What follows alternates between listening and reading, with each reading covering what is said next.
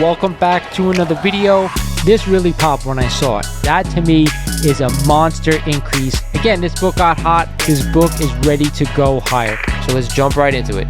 We are back today with another statue review from Diamond Select Toys. Without further ado, let's get into the review.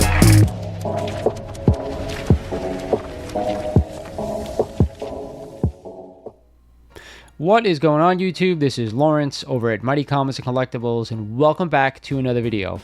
Before we get started today, guys, I want to thank everyone out there in the community for giving me well wishes.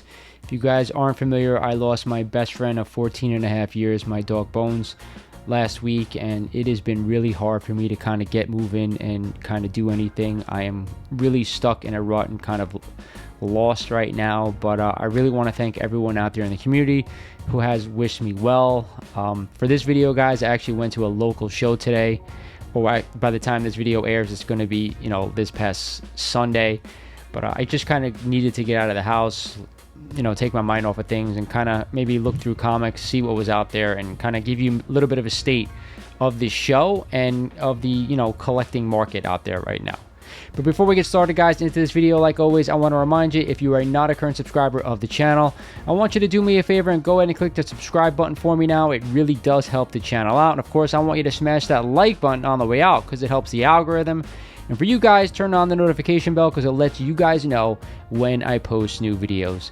Now, with that said, guys, I went to a local show that gets held every month in my area, even though they do move the show. So today it was in Wayne, New Jersey. They do it in Clifton, they do it in Old Bridge, and a couple of other places, I believe. I'm sure you guys have seen other comic YouTubers. I know Erod is always at the show. He does a lot of videos from there, you know, showing you books, showing you stuff like that. But I thought it would be neat for me to kind of get out of the house, go look at some books, meet some people who I haven't met before, and of course, check out some folks that I have seen before. So here's a few shots from the show itself.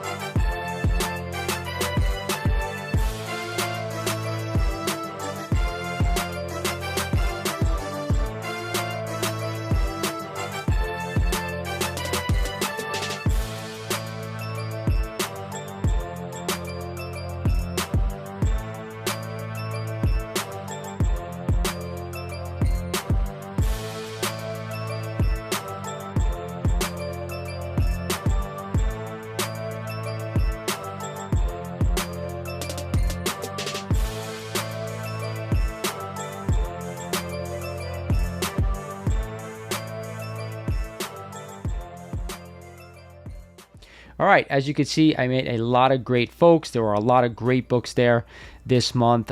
Some modern, some silver, some bronze, some copper, everything you could want, a lot of stuff to choose for. And all the pictures and videos that I just showed you guys, there were actually more vendors than that, but I just kind of couldn't get everything out there without this video being like an hour long. So with that said, I was able to pick up 2 books, both books that I had been searching for, recently, but I really didn't want to pull the trigger until I saw copies that I was comfortable picking up. Now, I will say this, the first book I'm going to show you guys is a book that I do not have another copy of. This book is actually a book that was really hot. Right before Spider-Man No Way Home came out, there were a lot of rumors about this character possibly showing up and being in that movie. Who knows? There was a lot of crazy speculation at that point, but the book shut up and it was nuts. But everybody had this book there, which is crazy to me, and everybody had a different price point for around the same grade. Now, I ended up getting a little bit lower grade copy because for me, this is just like a run filler. You guys know I'm collecting Silver Age. I shouldn't say Silver Age. Everything Amazing Spider-Man 1 through 300. So this book was probably one of the bigger books that I don't have left in that run, and it is a copy of Amazing Spider-Man number 124, and of course the first appearance of Man-Wolf. You all know it's J. Jonah Jameson's son who becomes Man-Wolf in the comics. And there was some speculation that we might get some type of Man-Wolf appearance, but that didn't happen. Regardless, I paid $100 for this book from one of the vendors there. Actually, he is on Instagram. If you guys haven't checked him out, his Instagram is Chew Kingdom. He gave me this for a fair deal, and it's probably going to stay in the PC for a little bit until I can complete that run. That run is going to take me a while to complete, unfortunately, but hey, it's little by little when you're doing a run. Don't go out and overpay for stuff. Don't go out and spend a lot of money for filler books, and in my opinion, this is a filler book for me. You never know if we're going to see the Man-Bat in the future. If we do, I kind of think it's way down the line. So you guys have time to pick up this book. And I definitely not spending $300-$400 on this book like I see a lot of people doing out there. I want a nice, solid mid-grade. This one's probably a little bit lower than that. Copy of it just to keep, and we'll see where things go. Before I go any further in this video, guys, I remind you, if you haven't checked out my website, mightycollects.com, I have a ton of new stuff that is for sale, and of course I have some awesome merch, t-shirts and hats that are really, really cheap. These hats are actually really great quality, so if you enjoy wearing red hats, these things really look great. After that self-promotion, I was able to pick up one other book at this show. And it's a book I've been looking for a raw copy for quite a bit of time. I have a CGC 4.0 graded copy behind me. I think it's there. Yeah, it is there. 4.0 or 4.5. I can't see. But regardless, I got that book for a steal years ago. And I was looking for another copy of this book, low grade, that I can get for under $1,000. And I really think I did a great job on this one. You guys let me know what you think. It's a book that I definitely want to own right now. I know I've mentioned it before in the past and probably recently as well, because it is a Fantastic Four book, and if you guys don't have a lot of Fantastic Four Silver Age keys, this is one of the books I'd be buying right now if you could find a great copy. And it is a copy of Fantastic Four number 12, this great Jack Kirby, first time the Fantastic Four meet the Incredible Hulk. Now, I don't think they battle in this issue, but regardless, this book is an iconic cover. To me, I've always said this to you guys, the gray tones and like the light brownish tones in the background compared to the coloring of the Hulk and the Thing and the Fantastic Four in the background, I always thought that this cover was absolutely one of the best that has ever been done, and I definitely wanted to add another copy. Now, this is a low grade copy of this book. I probably graded it around a 1.0 to a 1.5, but the key anytime I buy a book, especially a Silver Age book, or any book for that matter, is the presentation. Now, you're looking at this book. Does it look like a 1.5? No, right? It actually presents really, really well. For a book that grades out at a 1.5. It actually looks beautiful for a 1.5. Now, this book is attached at the top staple. Unfortunately, at the bottom staple, it is detached. And to me, that's probably why it gets most of that grade.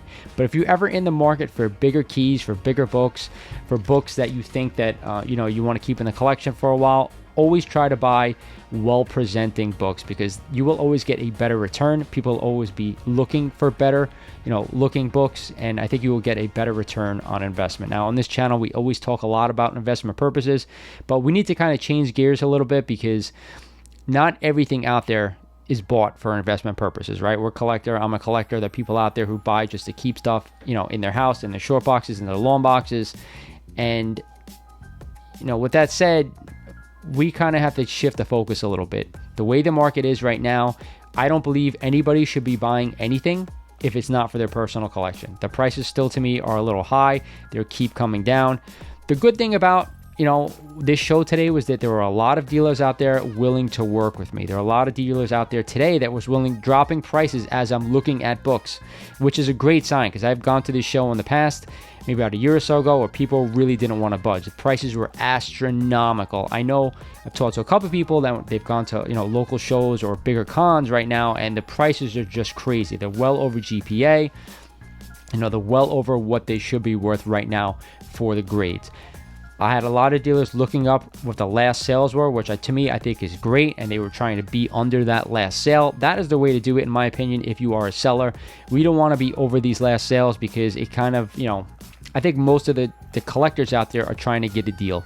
And right now, I really wouldn't be buying anything unless I get a deal. Or, if it's a book that you really want in your collection and you're willing to overpay a little bit for it, I think that's great too, because you're going to keep it in your collection for a really long time. But with that said, guys, I always wanted to jump on here and show you what I picked up, let you know about the show itself. I do think it's still well worth it to go to these shows, go pick up books if you find them for the right price.